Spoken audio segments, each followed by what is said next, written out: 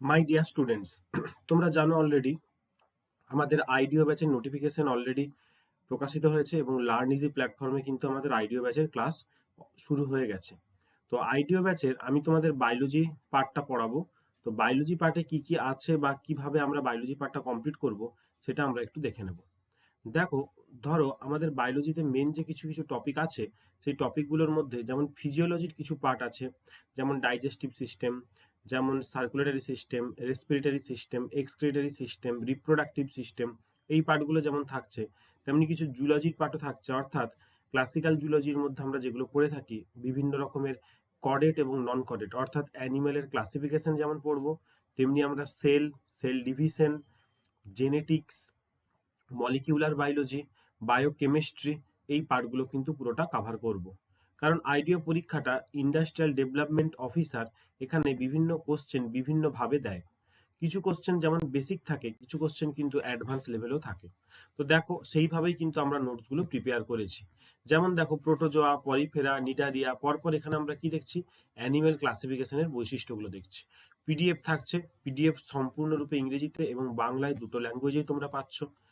এই যেমন নিডারিয়া, নিডারিয়ার ক্ষেত্রে দেখো আমরা এখানে ছবি দিয়েছি বিভিন্ন রকমের, অর্থাৎ কারা কারা হাইড্রা, জেলিফিশ, ওবেলিয়া।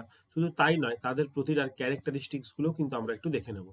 একই রকম প্রতিটা ফাইলাম ধরে ধরে, যেমন টিনোফোরা, যেমন প্ল্যাটি হেলমেন্থিস, যেমন অ্যাস্কেল হেলমেন্থিস, যেমন অ্যানিলিডা, এদের দেখো প্রতিটার ক্ষেত্রে বৈশিষ্ট্য কি সেগুলো কিন্তু আমরা এখান থেকে দেখে নিচ্ছি।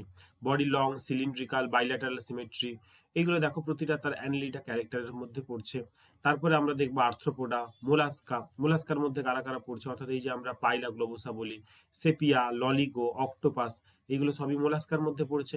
তাদের কি বৈশিষ্ট্য, তারা বিশেষ বিশেষ ক্ষেত্রে এখানে কিছু কিছু কোশ্চেন দেয়।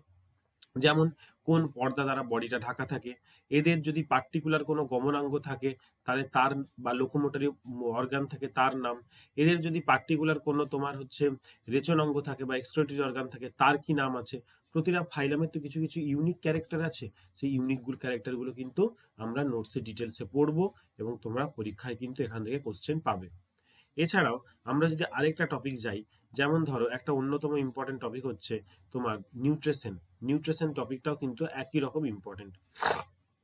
নিউট্রিশনের মধ্যে যেমন দেখো এখানে লেখা আছে saprophytic nutrition, parasitic nutrition, holozoic nutrition, অর্থাৎ নিউট্রিশনের যে ভাগ সেইগুলো আমরা প্রথমে ডিটেলসে জানবো। ডিটেলসে জানার পরে কিভাবে আমাদের বডির ভিতর নিউট্রিশন হয়, অর্থাৎ প্রসেসগুলো, ডাইজেশন, অ্যাবজর্পশন, অ্যাসিমিলেশন, ইজেশন, এই যে প্রসেসগুলো এইগুলো আমরা একটু দেখে নেব। তারপরে যেটা আছে ক্লাসিফিকেশন অফ ফুড, খাবারের যে ক্লাসিফিকেশন, যেমন দুটো ভাগে আমরা এটাকে ভাগ করতে পারি, একটা হচ্ছে এনার্জি সাপ্লাই, একটা হচ্ছে বডি বিল্ডিং, অর্থাৎ যেগুলো আমাদের শরীরে শক্তি দিচ্ছে, আর এটা যেগুলো আমাদের দেহ গঠনের কাজে লাগছে, এবং লাস্ট যেটা আমরা পড়বো সেটা হচ্ছে প্রোটেক্টিভ ফুড। এই সমস্তগুলো পড়ার পরে ক্যালোরি কি, বিএমআর, বিএমআই, এগুলোর ভ্যালুগুলো আমাদেরকে জানতে হবে। জানার পরে আমরা যেটা চলে যাব ভিটামিন মিনারেলস, এটা আমাদের দেহে কি করে, ভিটামিন বা মিনারেলস গুলো বডির প্রোটেকশনে কাজে লাগে। যেমন দেখো, দুটো এখানে আমরা পড়েছি, একটা প্রো ভিটামিন, একটা হচ্ছে অ্যান্টি ভিটামিন। প্রো মানে কি, যে ভিটামিনগুলো আগের, অর্থাৎ যেখান থেকে ভিটামিন তৈরি হচ্ছে। যেমন দেখো, ভিটামিন এ কোথা থেকে তৈরি হয়, বিটা ক্যারোটিন থেকে তৈরি হচ্ছে। ভিটামিন এ কোথায় তৈরি হয়, লিভারে তৈরি হয়। 7 ডি হাইড্রক্সি কোলেস্টেরল আর আর্গোস্টেরল কোথায় তৈরি হয়, এটা ভিটামিন ডি সিনথেসিসে কাজে লাগে। অ্যান্টি ভিটামিন মানে কি, যেগুলো ভিটামিনের বিরুদ্ধে কাজ করে। সিউডো ভিটামিন মানে কি, যেগুলো ভিটামিনের মতো কিন্তু ভিটামিন নয়, তাকে আমরা বলছি সিউডো বা ছদ্ম।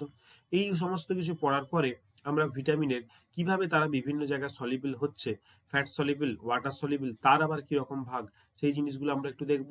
এবং দেখো এখানে প্রতিটা সাইন্টিফিক নেম আকারে আছে, অর্থাৎ আমি একটা কথাই বলছি, ইন ডিটেলস তোমাদের ডেসক্রিপশন কিন্তু থাকছে প্রতিটা পিডিএফে।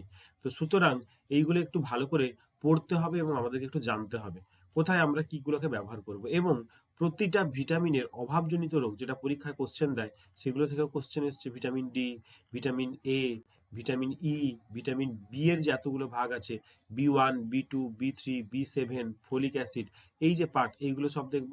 এবং প্রিভিয়াস ইয়ারে প্রতিটা টপিকের শেষেই কিন্তু আমাদের কিছু প্রিভিয়াস ইয়ারের কোশ্চেন থাকছে। এগুলো সমস্ত কিছু বিভিন্ন পরীক্ষায় পিএসসি এবং এসএসসিতে যেগুলো এসছে, সেইগুলো কিন্তু আমরা এখানে কাভার করছি। অর্থাৎ তোমরা এখানে একদিকে পিডিএফ পাবে, একদিকে বোঝানো থাকবে পুরোটা কমপ্লিট এক্সপ্লেনেশন।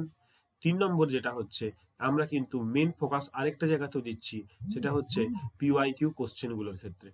তো আর দেরি নয়, তোমরা অলরেডি লার্ন ইজিতে আমাদের আইডিও ব্যাচের ক্লাস শুরু হয়ে গেছে, তোমরা কিন্তু ইমিডিয়েট জয়েন করো, কারণ পরীক্ষার হাতে কিন্তু আর আমাদের বেশি সময় নেই।